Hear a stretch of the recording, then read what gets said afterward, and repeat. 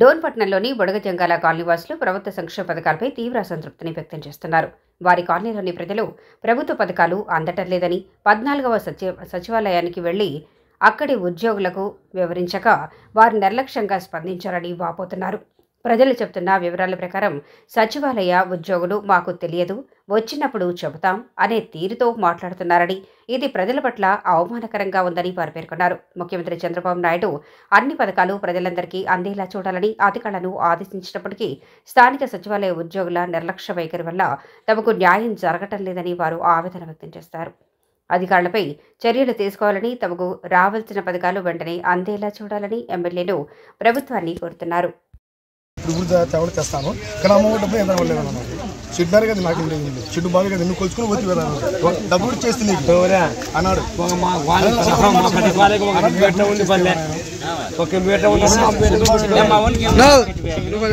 కోసము lawyer affidavit కోసము మొత్తం సార్కి ఇంకోటి ప్లానింగ్ అప్రూవల్ లేదని చెప్తే సరే సార్ మీరే చూడమంటే 10,000 ఇచ్చాను. 10,000 కాదు ఇచ్చినది 7,100 రూపాయలు ఇచ్చినాం.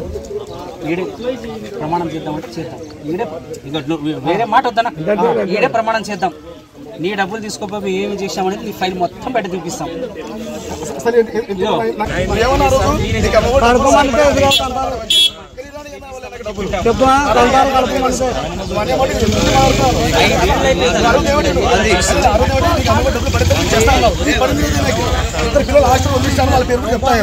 నువ్వు చెప్పేవాడిని చెప్తాను అంతే. అరవై డబ్బులు అలా డబ్బులు అబద్ధం అమ్మ డబ్బులు పడితే చిన్న చిన్న బట్టలు వ్యాపారం చిన్న చిన్న వస్తువులు అమ్ముకుంటాం కదా మనం.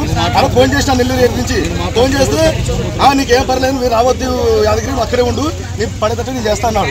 ఇంత ఒక్క రూపాయి కూడా చేయాలి చెప్తే కదా ఇప్పుడు సమాధానం చెప్పలేకున్నాడు కదా నాకు. మీరే ఉన్నారు సార్ మీరే ఉన్నారు, ఇంత ఒక్క రూపాయి వచ్చింది లేదు చేసింది లేదు, ఆ ఇల్లు కొలత పెట్టుకుంటే ఇది కొలత పెట్టుకున్నాడు అది లేదు ఆ రోజు ఏమన్నాడు నీకు అమ్మఒడి డబ్బులు నీకు ఇల్లు కొలత పెట్టుకుంటే కట్టి కొలత అమ్మఒడు కోసం పిల్లల్ని కొత్త పిల్లల్ని రైస్ కార్డుకు ఎక్కించడానికి ఎక్కించిన తర్వాత ఈకేవై చేయడానికి 2 నెలల నుంచి తిరుగుతున్నారు. 3 నెలల నుంచి నేను తిరగబట్టి లేదని చెప్పను ఆ సారే పలికిస్తాను నీకు. నేను లేదా అటుకుర బదాము ఆఫీస్ అటుకుర బదాం వాళ్ళని కూడా పలికిస్తాను. యంత్రం నుంచి తిరుగుతున్నాను రాజు పైన నా చేతిలో పెట్టాను.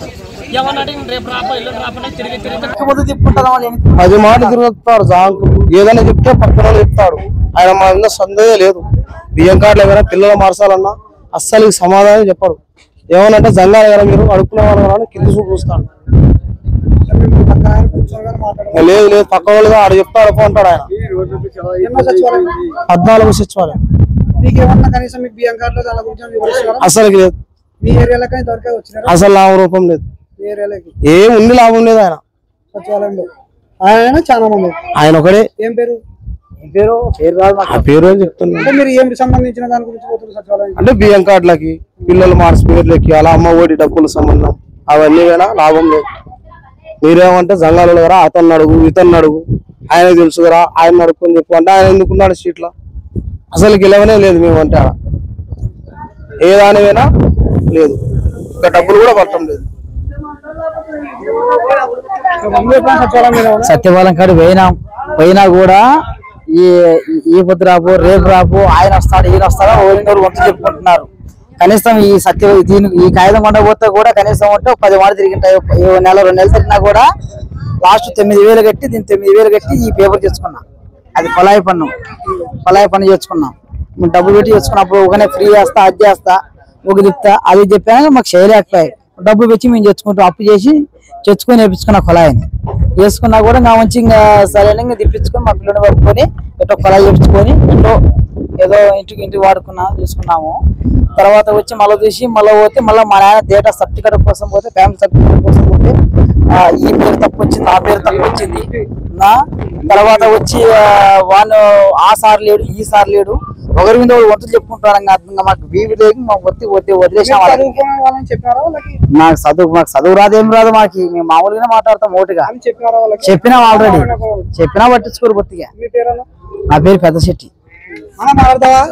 8 నెలల్లో మొదలైంది మా చిన్న చచ్చిపోయి పింఛన్ ఇంతవరకు అయింది. ఆయమ్మకు పింఛన్ లేదు. మళ్ళా పోతే సచివాలయం కని పోతే మళ్ళా నెలరా పైన రాలేదు మళ్ళా నెలరా మళ్ళా నెల కిందకి అవుతుంది కానీ ఆయమ్మకు పింఛన్ రావట్లేదు. 8 నెలలు మా చిన్న చచ్చిపోయి ఆ అమ్మకి ఇంతవరకు పింఛన్లే ఆ అమ్మ పింఛన్ అందరూ వస్తుంది అనుకుంటే ఆ పింఛన్ కూడా మా చిన్నకి వచ్చే పింఛన్ కూడా ఆ అమ్మకి ఇవ్వకున్నారు. అంటే ఆల్రెడీ పక్కన భార్యకు అది లేదు, అది కూడా ఇవ్వడం లేదు. కానీ సచివాలయంలో మీకు సేవ కావాలంటే మేము దగ్గర చెప్తున్నారు, వస్తారు చెప్తే రారు. మాకు ఆయన పౌరత్వం రాలేదు, ఆయన ఇవ్వలేదు, ఈయన ఇవ్వలేదు అనడమే ఉంది. కానీ పింఛన్ అయితే ఎంతవరకు ఆయమ్మకి ఇంతవరకు ఇలా ఒక ఆయమ్మకైతే కాదు అనాది ఆయమ, అనాది ఆయమ్మకి కట్టెలు చదువు చెయ్యి 6 ఏళ్ళు 7 ఏళ్ళు